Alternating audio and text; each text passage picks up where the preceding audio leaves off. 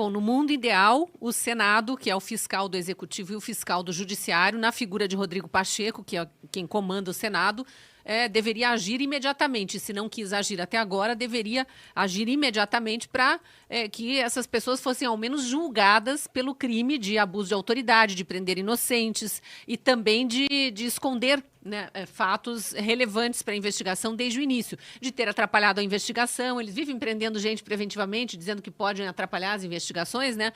E atrapalharam, atrasaram as investigações. Agora a gente não está num mundo ideal, pelo contrário, a gente está num estado de exceção em que finge-se estar numa democracia, mais do que isso, finge-se defender uma democracia que não mais existe e que se aplica todas as ferramentas do mais ditatorial dos estados, copiando das ditaduras mais ferrenhas que existem. Eu tenho citado aqui China e Coreia do Norte. A gente não está no padrão Nicarágua, que persegue alguns padres ali e deixa o Vaticano ficar lá na corda bamba, ver o que fala, porque o Vaticano, né, sempre defendendo as atitudes dos esquerdistas mundo afora e lançando o mundo católico em polvorosa.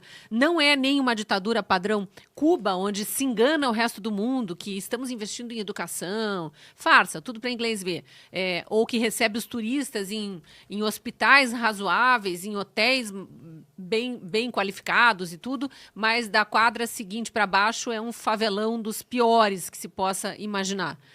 Ou até na ditadura venezuelana, em que 90% da população passa fome, mas tem loja da Ferrari no centro da cidade e vendendo carros de luxo, né? 2.000 generais, promove-se generais às centenas para que a força das armas esteja junto com o ditador.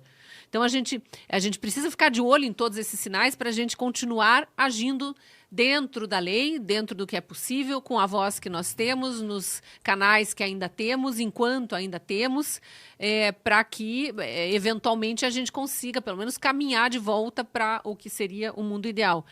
Eu ainda tenho fé de que Centrão, agora pé no chão, né? Centrão, ou os isentões, os eleitores isentões, que são os verdadeiros culpados pelo caos que a gente está vivendo, porque não foi o eleitorado cego de Lula que nos colocou nessa ditadura, foram os isentões. E não não são os governistas que estão afundando o Brasil ainda mais nessa ditadura, é o Centrão. São esses que se vendem por emenda de orçamento secreto, são esses que, os 20 do PL que votam a reforma tributária, né, que aumentou impostos, que vai provocar falência de empresas e, portanto, desemprego e, portanto, miséria, mas estão dizendo que o amor venceu e o pobre está sendo olhado. Não.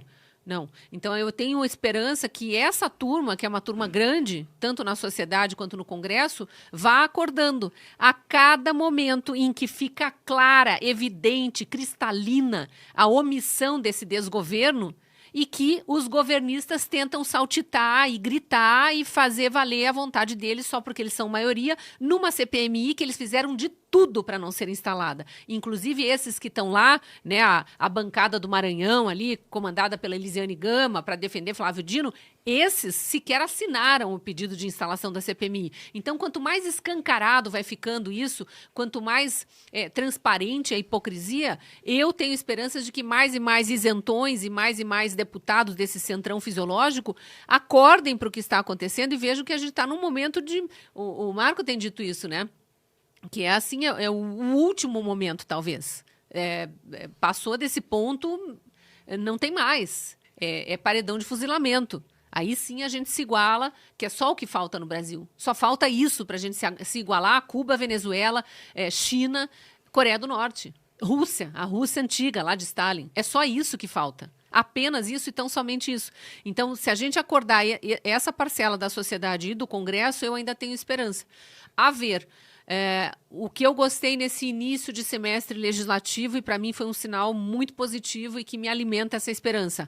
Arthur Maia, que é do União Brasil, portanto desse centrão fisiológico, absolutamente sem nenhum pudor de se aliar a Lula, está ali batendo de frente com Elisiane Gama, Foi ele que conseguiu, mediante acordo, obviamente, né? A gente já deixou vocês trazerem quem vocês quiseram, agora precisa trazer alguém que a oposição queira. E aí conseguiu colocar o diretor-geral da ABIN prestando depoimento. Ainda não conseguiram o Gonçalves Dias, mas o general Gonçalves Dias já esteve na CPI do MST e na CPI regional lá do 8 de janeiro no Distrito Federal. E falou coisas, ou deixou de falar coisas que, de novo, escancararam essa omissão aí do governo federal. Então, no mínimo, a omissão já está bastante evidenciada. Agora tem que caminhar para novos depoimentos para mostrar também a conivência. Quem eram aqueles black blocs infiltrados ali com camisa do presidente Bolsonaro, que nenhum manifestante pró-Bolsonaro estava usando e que fez questão de olhar para a câmera na hora que quebrava um relógio e que na hora em que manifestantes de verde e amarelo entraram lá para juntar o relógio, foi lá e derrubou de novo.